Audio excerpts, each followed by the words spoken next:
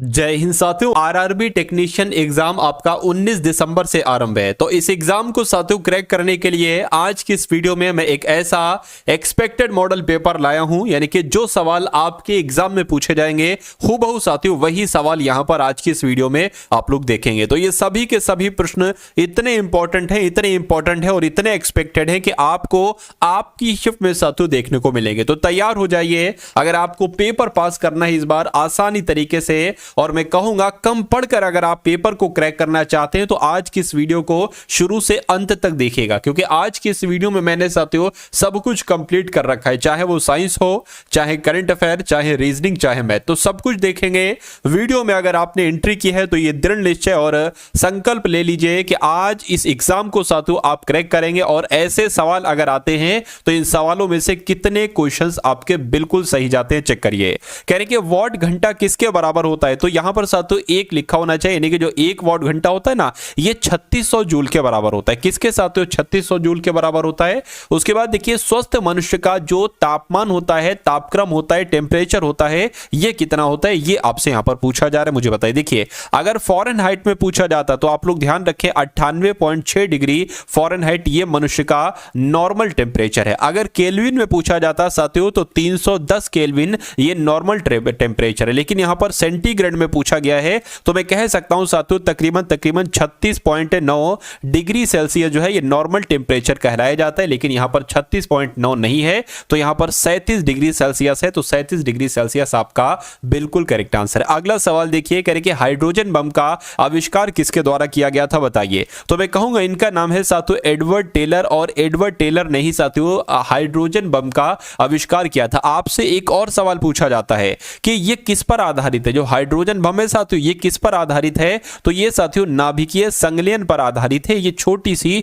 बात आप लोग यहां पर ध्यान रखेंगे। चलिए अगर आपसे साथियों ये पूछ लिया जाए कि अणु बम, क्या जैसे कि आपसे पूछा गया हाइड्रोजन बम का आविष्कार किसने किया, आपने बताया एडवर्ड टेलर ने। अगर आपसे पूछा जाए कि अणु बम का आविष्कार किसने किया तो ऑटो हॉर्न नाम आप लोग ध्यान रखेंगे, ठीक है ना। क्या साथियों ऑटो हॉर्न नाम आप लोग यहां पर ध्यान रखेंगे। उसके बाद देखिए अगला सवाल, निम्नलिखित में से कौन सी वह पहली मिसाइल है जिसे भारत में विकसित किया गया। तो भारत में विकसित होने वाली पहली मिसाइल का नाम क्या था, मैं कहूंगा पृथ्वी था। आंसर आपका ऑप्शन नंबर बी है। अगला देखिए इलेक्ट्रॉनों की तरंग प्रकृति को प्रायोगिक रूप से पहली बार किसके द्वारा सिद्ध किया गया था। तो किसके द्वारा सिद्ध किया गया था, मैं कहूंगा साथियों डेविसन और जर्मन प्रयोग के द्वारा सिद्ध किया गया था। आंसर आपका जाएगा ऑप्शन नंबर सी के साथ। अगला सवाल, नींबू निचोड़ने की मशीन जो है ना साथियों, ये प्रथम श्रेणी का उत्तोलक है, द्वितीय श्रेणी का या तृतीय श्रेणी का, ये आपसे यहां पर पूछा जा रहा है। क्या हो सकता है इसका राइट आंसर बताइए। तो जो नींबू निचोड़ने की मशीन है ना साथियों ये द्वितीय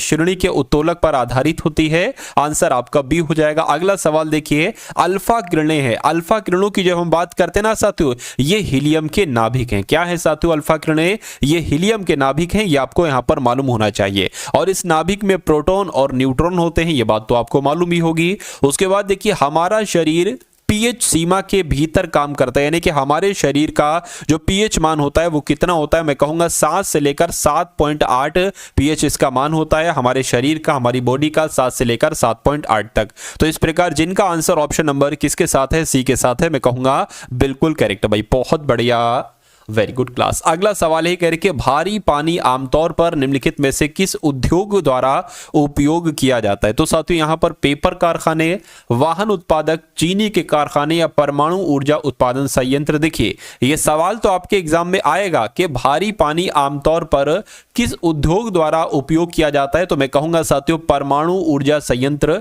एक तरीके से साथियों इसमें उपयोग किया जाता है, आपको मालूम होना चाहिए। अगला देखिए जल जो साबुन लगाने पर अच्छा झाग नहीं देता उसको क्या कहा जाता है। उस जल को देखिए साथियों खारा जल कहा जाता है। क्या वो जल कैसा होता है जो झाग ज्यादा नहीं देता है, उसको खारा जल कहा जाता है, वो खारा जल होता है। अगला देखिए एप्सम का जो औद्योगिक नाम है वो क्या है साथियों मुझे बताइए। तो एप्सम की अगर बात करें इसको मैग्नीशियम सल्फेट कहा जाता है। क्या कहा जाता है, मैग्नीशियम सल्फेट कहा जाता है। शुद्ध पानी का पीएच मान कितना होता है, अब आपसे यहां पर पूछा जा रहा है बताइए। तो शुद्ध पानी का पीएच मान की अगर बात करें मैं कहूंगा 7 7 होता है। कितना होता है साथियों? 7 होता है। आंसर आपका बी हो जाएगा। अगला सवाल देखिए और बताइए सही जवाब क्या होगा। साथियों अगर आपने अभी तक इस वीडियो को लाइक नहीं किया तो रिक्वेस्ट करता हूं आपसे कि वीडियो को लाइक कर दीजिए, और अगर चैनल पर नए हैं और चैनल को अभी तक आपने सब्सक्राइब नहीं किया तो चैनल को साथियों सब्सक्राइब कर लीजिए। और अगर आप वाकई में आरआरबी टेक्नीशियन 2024 के एग्जाम को क्रैक करना चाहते हैं तो जितनी भी वीडियोस आपको दी जाएं अब से आपकी शिफ्ट तक उन सभी वीडियोस के सभी प्रश्नों को साथियों तैयार करना है और अपने एग्जाम को बड़ी ही आसानी से क्रैक कर डालना है। चलिए अगला सवाल ही करके कौन सा पदार्थ समुद्री जल से निकाली गई, यानी कि इनमें से कौन सा पदार्थ, तो ब्रोमीन की जब हम बात करते हैं ब्रोमीन को साथियों समुद्री जल से निकाला गया है। उसके बाद देखिए प्राकृतिक गैस का प्रमुख तत्व है, बताइए। तो यहां पर पहला वाला ऑप्शन पड़ा मीथेन, और ये क्या है साथियों? ये प्राकृतिक गैस का एक प्रमुख तत्व है मीथेन। आंसर आपका जो जाएगा वो ऑप्शन नंबर ए हो जाएगा। अगला सवाल कह रहे क्वार्ट्ज क्रिस्टल जो सामान्यतः क्वार्ट्ज घड़ियां आदि में प्रयुक्त होते हैं रासायनिक रूप से सोडियम सिलिकेट है। क्या रासायनिक रूप से सोडियम सिलिकेट है, या साथियों जर्मेनियम ऑक्साइड और सिलिकॉन डाइऑक्साइड का मिश्रण है, या सिलिकॉन डाइऑक्साइड है? यहां पर जवाब जो होना चाहिए वो सिलिकॉन डाइऑक्साइड के साथ आपका जाएगा, यानी कि क्वार्ट्ज क्रिस्टल जो क्वार्ट्ज घड़ियों आदि के रूप में प्रयुक्त किए जाते हैं ये रासायनिक रूप से सिलिकॉन डाइऑक्साइड होते हैं। उसके बाद देखिए निम्नलिखित में से किन विकल्पों में केवल थर्मोसेटिंग प्लास्टिक उपस्थित होती है, बताइए। तो किसकी बात चल रही है साथियों? मैं कहूंगा बेकेलाइट एवं एपॉक्सी रेसिन की बात चल रही है। ये सवाल अगर डिक्टो पूछा जाए तो डिक्टो मैंने आपको जवाब बता दिया है। उसके बाद देखिए करके मोनाजाइट किसका अयस्क है, बताइए। तो मोनाजाइट की अगर बात करें ये साथियों थोरियम का अयस्क है। ये किसका अयस्क है? ये साथियों थोरियम का अयस्क है। अगला सवाल देखिए कह रहे कि निम्नलिखित में से कौन सी धातु सबसे अधिक आघातवर्ध यानी कि मैलिएबल होती है, मुझे बताइए। तो मैं कहूंगा साथियों यहां पर क्या आपका राइट आंसर होना चाहिए, फटाफट आप लोग बता दीजिए। तो सोना और चांदी किस ऑप्शन में लिखा हुआ है? ऑप्शन नंबर डी में लिखा हुआ है। ये ऐसी धातु हैं जो सबसे ज्यादा सबसे अधिक आघातवर्ध होती हैं। आंसर आपका जाएगा डी के साथ। अगला सवाल कह रहे कि इनमें से किस गैस को ग्रीन हाउस गैस के रूप में नहीं जाना जाता है, बताइए। तो मीथेन एक ग्रीन हाउस गैस है, कार्बन डाइऑक्साइड है, नाइट्रस ऑक्साइड है, लेकिन आर्गन नहीं है। अब नहीं है तो नहीं है, तो ये आपका राइट आंसर हो जाता है। उसके बाद देखिए प्रोटीन्स छोटे बिल्डिंग ब्लॉक से बने होते हैं जिन्हें किस नाम से जाना जाता है? तो इन्हें साथियों मैं कहूंगा इनको अमीनो अम्ल या अमीनो एसिड के रूप में जाना जाता है। राइट आंसर आपका सी हो जाएगा। विज्ञान की कौन सी शाखा ट्यूमर के बारे में बताती है, मुझे बताइए। साथियों अभी मैं कुछ ही एक आध दिन बाद मैं आपके लिए एक ऐसी क्लास लेने वाला हूं, मैं कहूंगा कि उसमें साथियों अगर हम लोग बात करते हैं वन लाइनर टाइप के जितने भी साइंस के क्वेश्चन इंपॉर्टेंट है ना, वन लाइनर टाइप के साथियों वो क्वेश्चंस मैं आपके सामने क्लास के रूप में लाऊंगा। एक क्लास होगी उसको जरूर देखिएगा, इसलिए मैं आपसे कह रहा हूं कि इस चैनल को साथियों आप लोग सब्सक्राइब जरूर कर लीजिए। चलिए तो कौन सी शाखा ट्यूमर के बारे में बताती है? मैं कहूंगा जो ऑन्कोलॉजी होती है। क्या साथियों ऑन्कोलॉजी होती है ना, ये ट्यूमर के बारे में बताती है। आंसर आपका जाएगा ऑप्शन नंबर सी के साथ। अगर बात करते हैं साथियों ऑस्टियोलॉजी की अगर बात करें ये साथियों हड्डियों के अध्ययन से संबंधित है। क्या हड्डियों के अध्ययन से संबंधित है? और अगर एनाटॉमी की अगर हम बात करते हैं तो साथियों जो मानव के शरीर की संरचना होती है ना, तो मानव के शरीर की संरचना का अध्ययन एनाटॉमी के अंतर्गत किया जाता है। चलिए अब उसके बाद देखिए अगले नंबर का साथियों सवाल है आपकी स्क्रीन पर।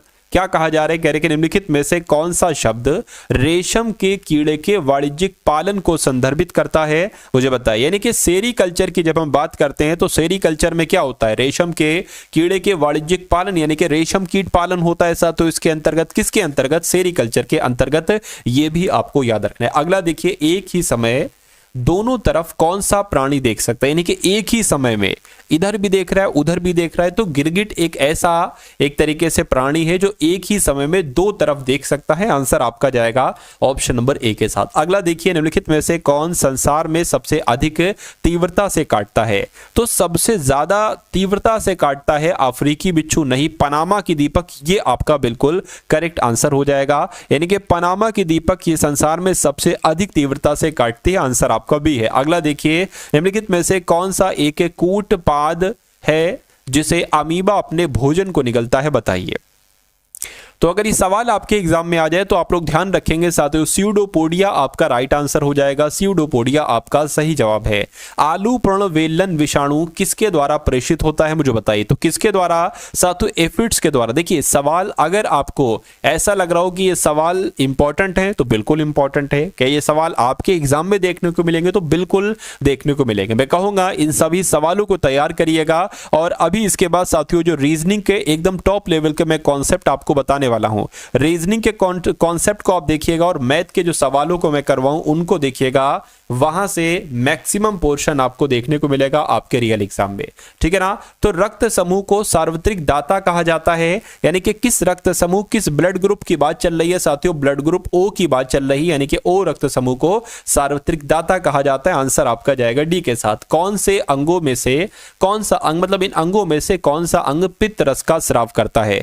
तो पित्त रस का स्राव करता है साथियों यकृत करता है। कौन करता है? यकृत करता है। इसलिए सवाल का जवाब आपका ऑप्शन नंबर डी हो जाता है भाई। बहुत बढ़िया, वेरी गुड क्लास। चलिए साथियों उसके बाद देखिए नेक्स्ट नंबर का सवाल है, कह रहे कि निम्नलिखित में से किस जानवर की छोटी आंत होती है?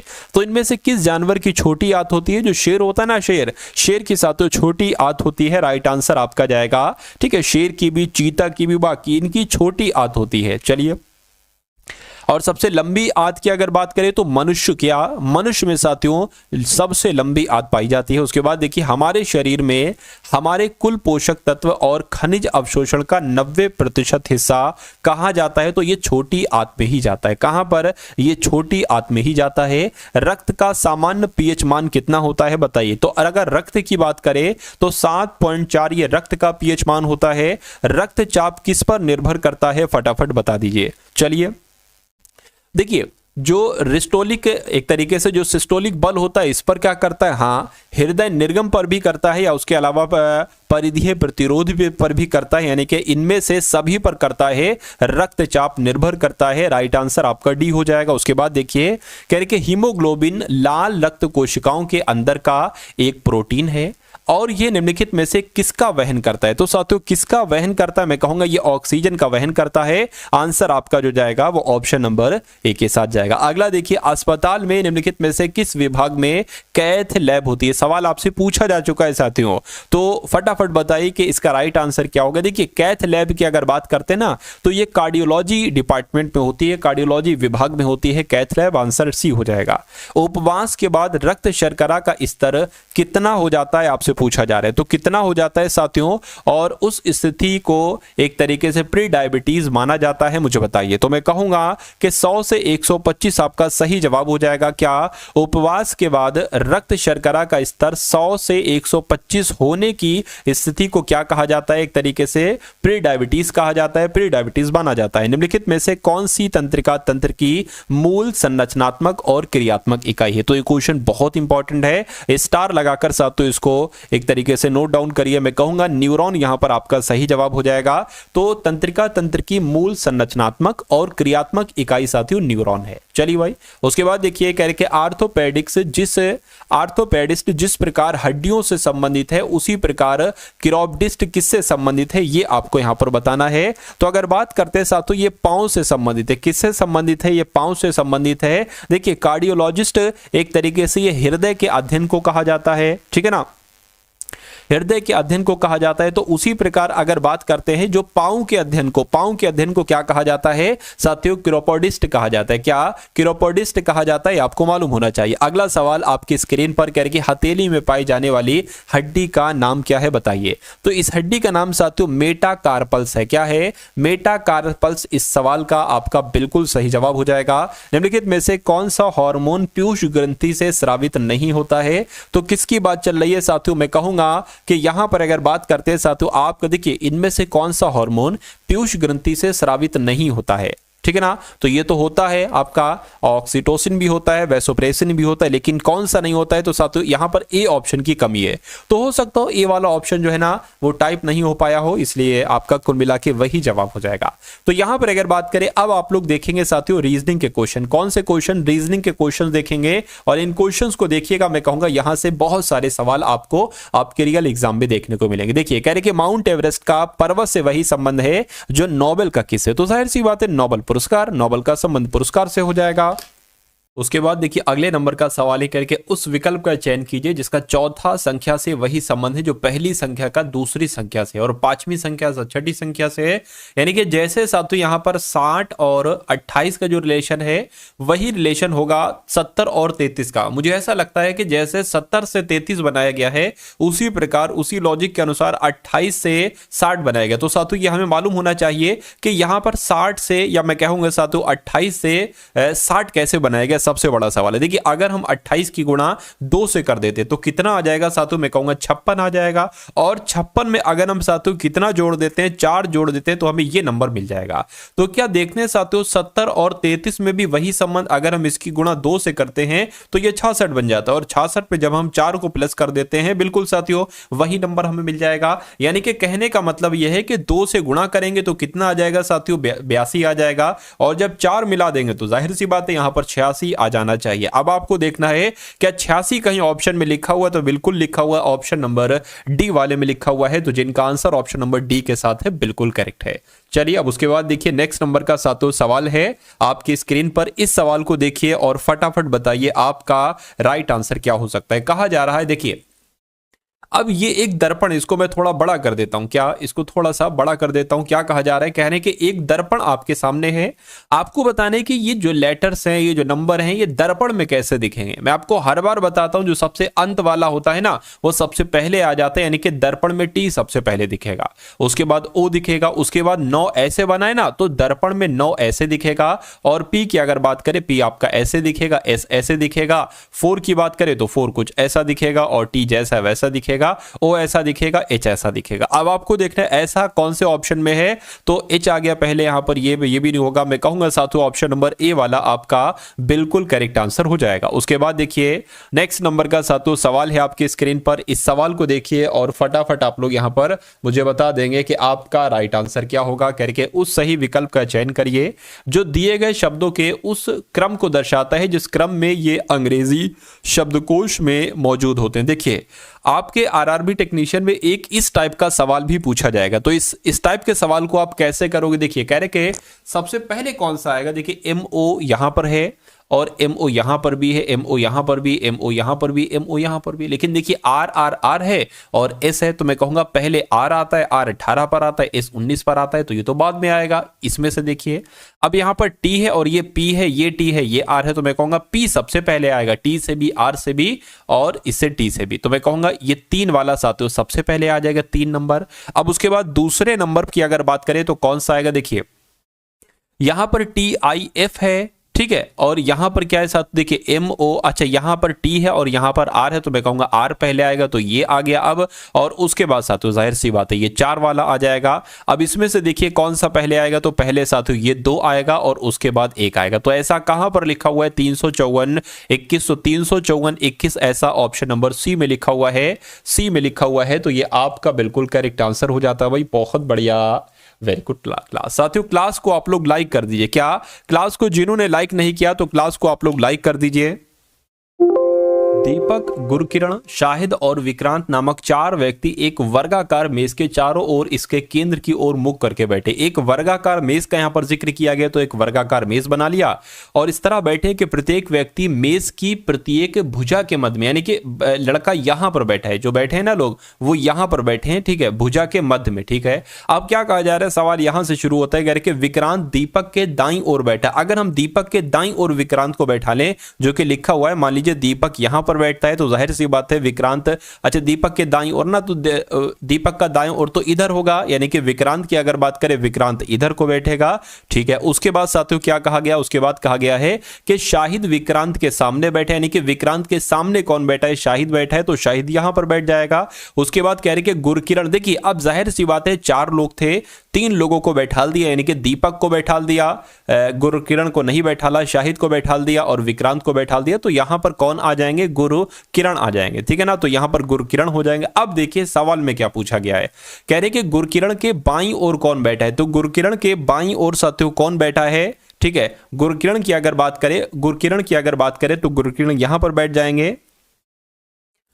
गुरकिरण के बाईं ओर ठीक बगल में कौन बैठा है, तो गुरकिरण का बायां किधर होगा, मैं कहूंगा साथियों बायां आपका ये होगा ना, यही तो होगा, तो विक्रांत हो जाएगा। मैं कहूंगा विक्रांत आपका राइट आंसर हो जाएगा। कहां पर लिखा हुआ है विक्रांत, आपका लिखा हुआ है ये ऑप्शन नंबर डी है या सी है, कोई भी है कोई दिक्कत नहीं है, आपका आंसर जो है वो विक्रांत के साथ जाएगा, क्योंकि बाईं ओर कौन बैठा है, विक्रांत बैठा है। उसके बाद देखिए नेक्स्ट नंबर का सवाल है, क्या कहा जा रहा है, देखिए कि कृप के चित्र की ओर संकेत करते हुए कोई लड़का होगा कृप, इसकी ओर संकेत करते हुए पूर्वी ने कहा, यानी कि पूर्वी एक लड़की है, तो मान लेते हैं साथियों क्या पूर्वी ये हो गई, क्या पूर्वी ये हो गई, और ये मान लीजिए ये कृप हो जाएगा, कौन हो जाएगा, ये आपका मान लीजिए कृप हो गया। तो ये पूर्वी कह रही है कि जो कृप है ना, कृप वो मेरे भाई की पत्नी, अब देखिए पूर्वी का भाई मान लीजिए ये हो गया, पूर्वी का भाई ये हो गया, भाई की पत्नी, पत्नी मान लीजिए साथियों ये हो गई, ठीक है, पूर्वी के भाई की पत्नी की इकलौती बेटी, इकलौती बेटी इन दोनों की वो बेटी होगी, मान लीजिए ये हो गई।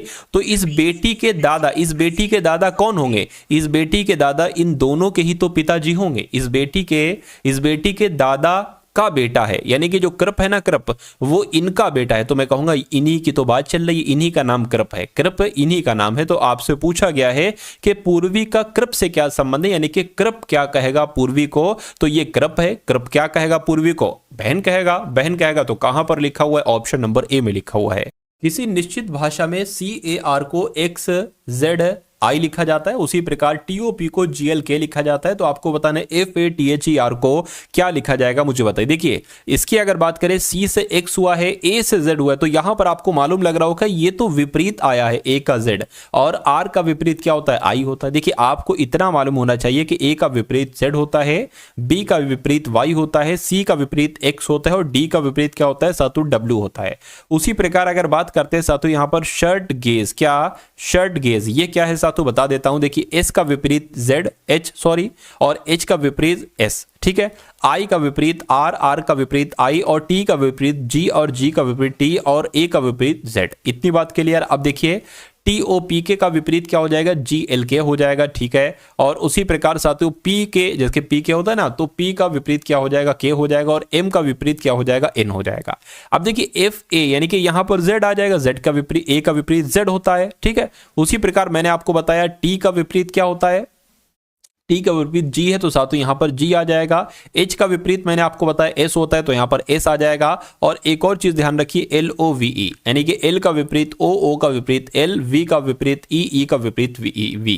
तो E का विपरीत क्या यहाँ पर लिखा, V लिखा तो V आ गया। R की अगर बात करें, R का विपरीत I होता है, तो यहाँ पर I आ जाएगा। और एक और चीज ध्यान रखिएगा साथियों, उफ, ये उफ हो गया, तो U का विपरीत F, और F का विपरीत U हो जाएगा, तो यहाँ पर क्या आ जाएगा, U आ जाएगा। अब साथियों देख लीजिए ऐसा कौन सा ऑप्शन में है UZGSVI, ऐसा तो मुझे ऑप्शन नंबर बी में नजर आ रहा है, तो बी में नजर आ रहा है, यही आपका बिल्कुल करेक्ट आंसर है।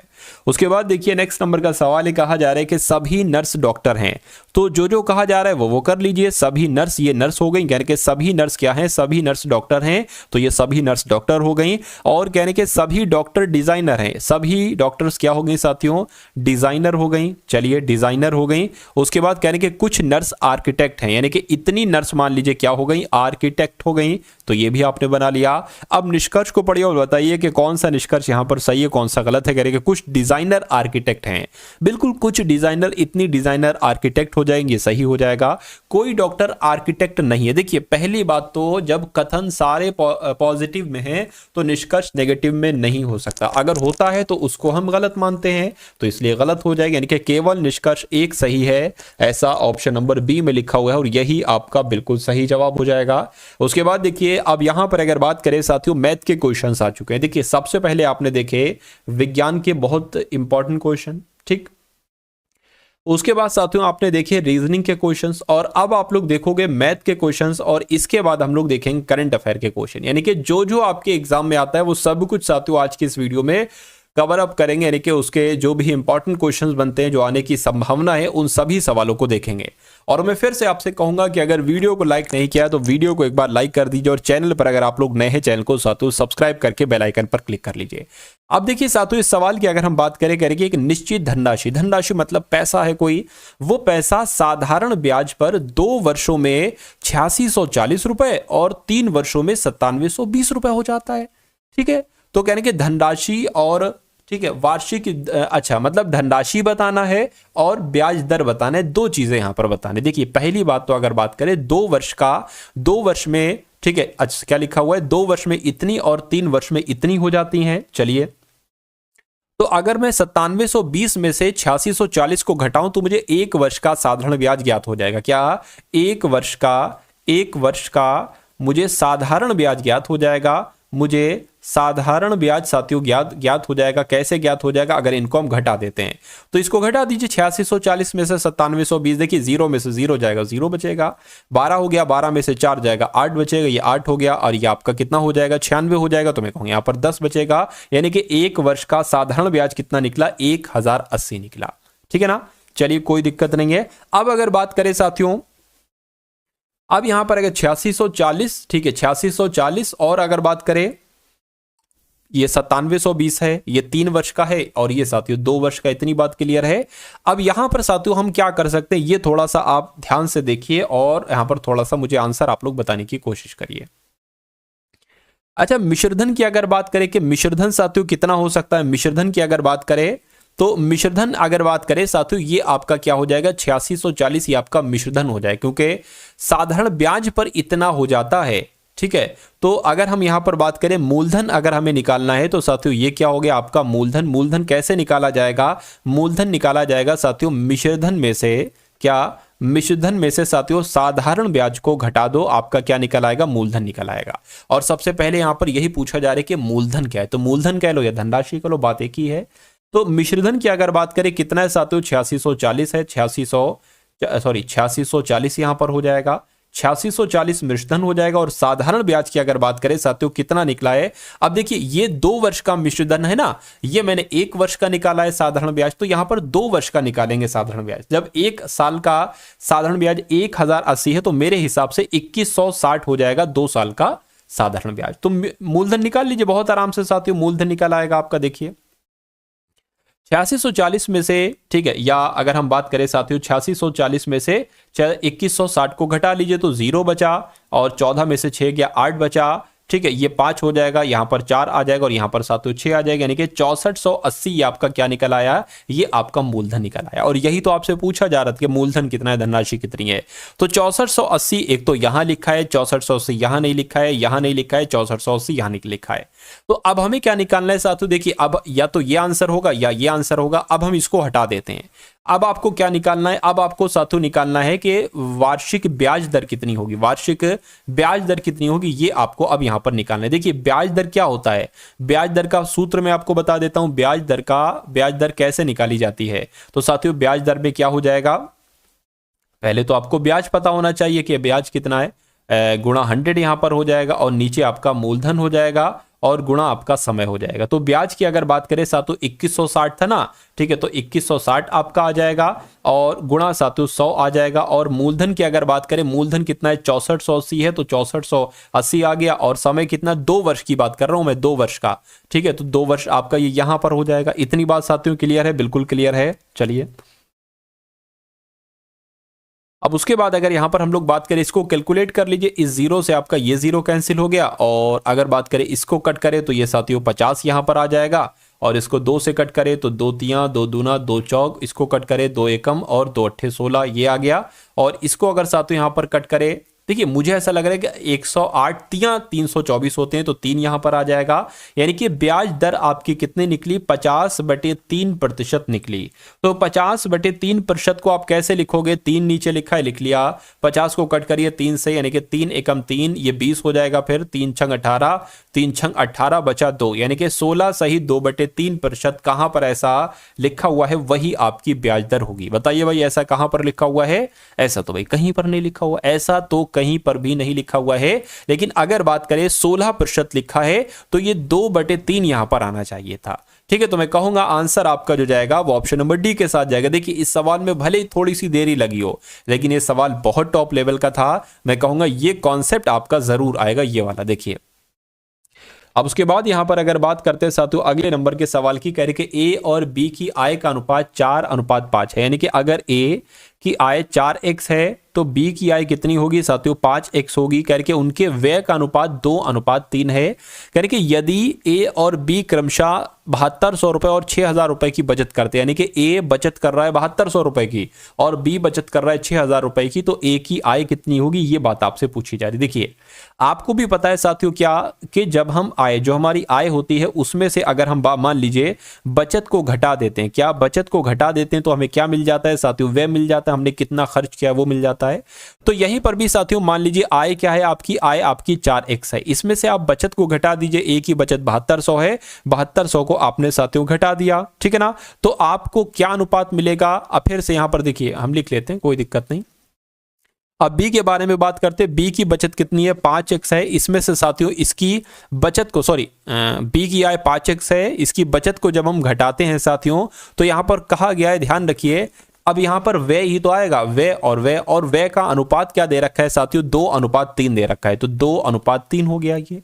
अब इसको कैलकुलेट कराना है, बाकी सारा काम साथियों बाद में। देखिए 3 चौक आपके 12 यानी कि 12x हो गए, माइनस अगर 72 की गुणा 3 से करेंगे तो 00 आ जाएगा, 3 दूना 6 और 7 21 ये आ गया। इसको देखिए 5 दूना 10, 10x आ गया, माइनस 6 दूना 12 यानी कि यहां पर 1200 आ गया, ये बात क्लियर, 12000 आ गया। चलिए अब देखिए 12x में से 10x इधर आएगा, घटेगा तो साथियों 2x बच जाएगा, 2x बराबर साथियों यहां पर क्या आ जाएगा, ये प्लस माइनस का ना, ये उधर जाएगा प्लस का हो जाएगा, यानी कि 21600 माइनस 12000 यहां पर आ जाएगा। अब इसको घटाएंगे साथियों तो क्या आता है, देखिए जरा 00 आ गया, 6 आ गया, मैं कहूंगा 21 में से 12 जाएगा, क्या 21 में से 12 जाएगा तो कितना बच जाएगा जरा बताइए, ठीक है, मैं कहूंगा साथियों 9 बच जाएगा, ठीक है, तो 9600 हो जाएगा। तो x बराबर कितना निकलेगा 9600/2 निकलेगा, यानी कि x बराबर फाइनली क्या निकलेगा साथियों, 2 से कट करेंगे, 2 चौक 8, ठीक है, 2 8 16 यानी कि 4800 निकल आएगा।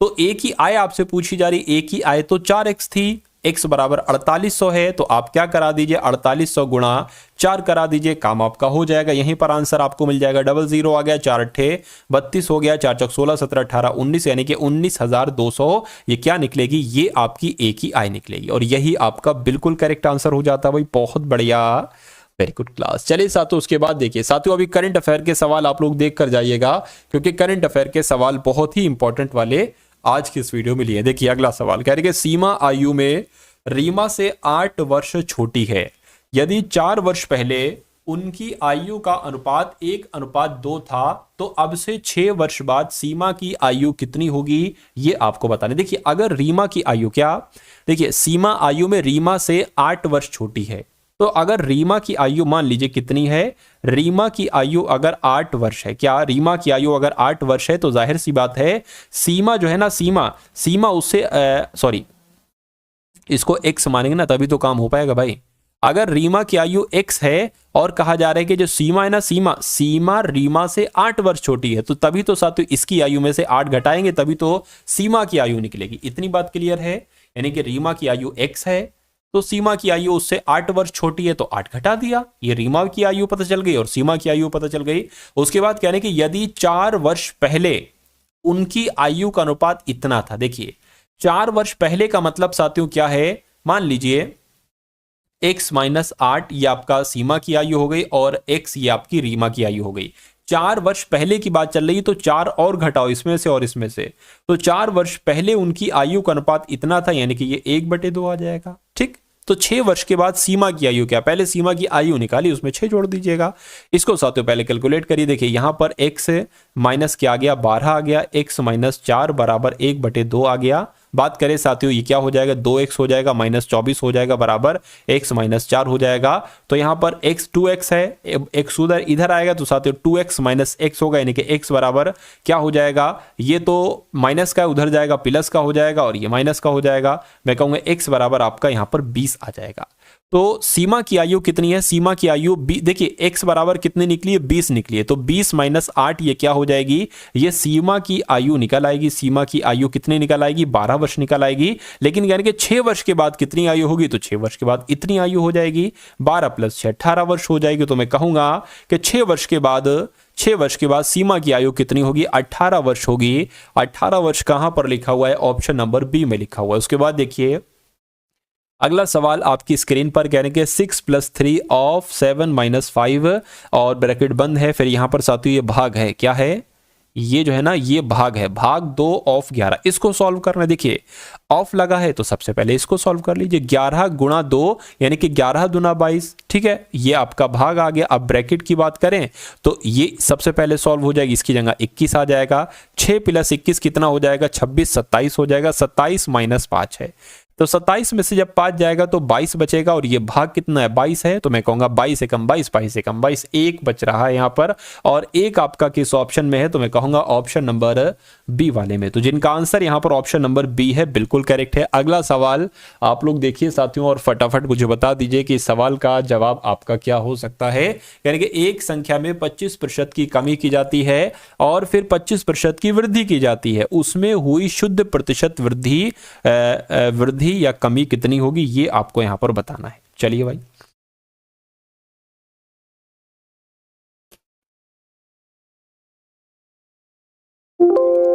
एक संख्या में 25% की कमी की जाए और 25% की वृद्धि की जाए तो आपको यह ध्यान रखना है कि हमेशा कमी ही आएगी। यानी कि ये अगर सेम हो और कहा जाए, एक बार कहा जाए कमी आती है इतने की और इतने की वृद्धि आती है, तो हमेशा कमी आती है। तो आपको कमी वाला देखना है, ये वृद्धि होगा नहीं होगा, ठीक है, कमी वाला होगा। अब इसका एक साथियों सूत्र होता है, क्या होता है, सूत्र होता है संख्या में कितनी कमी आई है, तो मैं कहूंगा a² / 100। क्या a² / 100। अब यहां पर a क्या हो जाएगी, 25 हो जाएगा, यानी कि 25² यानी कि 25 × 25 और बटे क्या हो जाएगा, 100 हो जाएगा। तो इसको कैंसिल करिए, 25 से कम 25, 25 चौक 100, और 25/4 आपके पास आ चुका है, 25/4 आपके पास यहां पर आ चुका है। इतनी बात क्लियर है, बिल्कुल क्लियर है। अब इसको अगर कट करें, देखिए कैसे कट करेंगे आप इसको साथियों, एक काम करो हाँ, इसको एक काम ये साथियों करो कि 4 लिख लिया, 4 छंग आपका कितना हो जाएगा, 24 हो जाएगा। 1 बचेगा वो यहां पर आ जाएगा, यानी कि 6 सही 1/4 की कमी हुई है। और ऐसा कहां पर लिखा हुआ, ऐसा ऑप्शन नंबर डी में लिखा हुआ, देखिए 6 सही 1/4।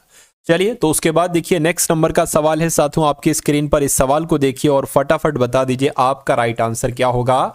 क्या कहा जा रहा है साथियों, सवाल को पढ़िए और बताइए जवाब आपका क्या होगा। कह रहे सोनी और गीता एक साथ मिलकर कार को 8 घंटे में पूरा करते हैं। सोनी और गीता किसी काम को 8 घंटे में पूरा करते हैं, तो मैं कह सकता हूं साथियों सोनी और गीता, क्या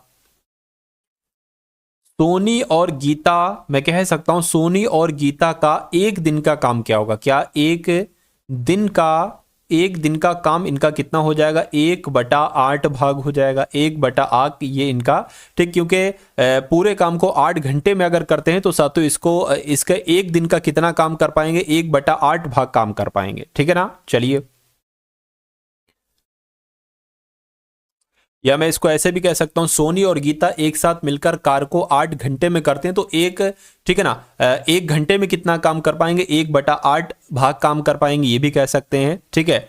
अब यहां पर अगर बात करें साथियों, कह रहे हैं कि और सोनी अकेले इस काम को 12 घंटे में पूरा करती है। सोनी अकेले इस काम को 12 घंटे में पूरा करती है, यानी कि अगर इसकी बात करें कि ये 1 घंटे में कितना काम करेगी, तो 1/12 काम करेगी, ठीक। तो कह रहे हैं कि गीता अकेले उस कार को कितने घंटे में पूरा करेगी। देखिए ये दोनों लोग मिलकर 1 घंटे का काम इनका ये है और सोनी का अकेला इतना है, तो मैं कहूंगा साथियों अगर हम दोनों के 1 घंटे के काम में से सोनी का काम घटा देंगे तो जाहिर सी बात है हमें गीता का काम मालूम पड़ जाएगा। तो इसको घटाइए, 12 × 12, 12 - 8, 12 8 कितना हो जाएगा, 84 हो जाएगा। ये कितना आ जाएगा, 4/84 हो जाएगा। इसको कैंसिल करेंगे, 4 दूना 8, 4 एकम 4, यानी कि 21 आ जाएगा। तो 1/21 की जगह 21 आपका क्या हो जाएगा साथियों, 21 तो यहां पर है ही नहीं। देखिए कोई दिक्कत तो नहीं हो गई। देखिए यहां से अगर बात करें 12 में से साथियों कितना जाएगा, 8 जाएगा, तो 4 बचेगा। और 12 × 60, 12 छंग 12 12 छंग 72, 12 84, 12 8 96, 96 हो, तो ये पहाड़े में मिस्टेक होगी, कोई दिक्कत नहीं। तो 96 यहां पर आएगा, यानी कि 4/96 की अगर बात करते हैं तो साथियों 1 आ गया और 4 दूना 8 आ गया, ठीक है, 4 दूना 8 और 4 चौक 16, यानी कि 24 यहां पर आ जाएगा। तो मैं कहूंगा 24, ठीक है ना, 24 यहां पर आपका राइट आंसर हो जाएगा, जो कहां पर लिखा हुआ है 24 घंटे, आपका ऑप्शन नंबर डी में लिखा हुआ है। तो इस सवाल को आप अच्छे से समझिएगा। अगर थोड़ी सी दिक्कत आई है तो थोड़ा सा पीछे वीडियो को कर लेंगे और दोबारा से इस सवाल को आप लोग समझने की साथियों कोशिश करेंगे। तो ये वीडियो आपको कैसी लगी एक बार कमेंट सेक्शन में साथियों जरूर बताइएगा। इस वीडियो को लाइक करिएगा और कमेंट सेक्शन में साथियों आप लोग इस वीडियो के बारे में जरूर बताइएगा।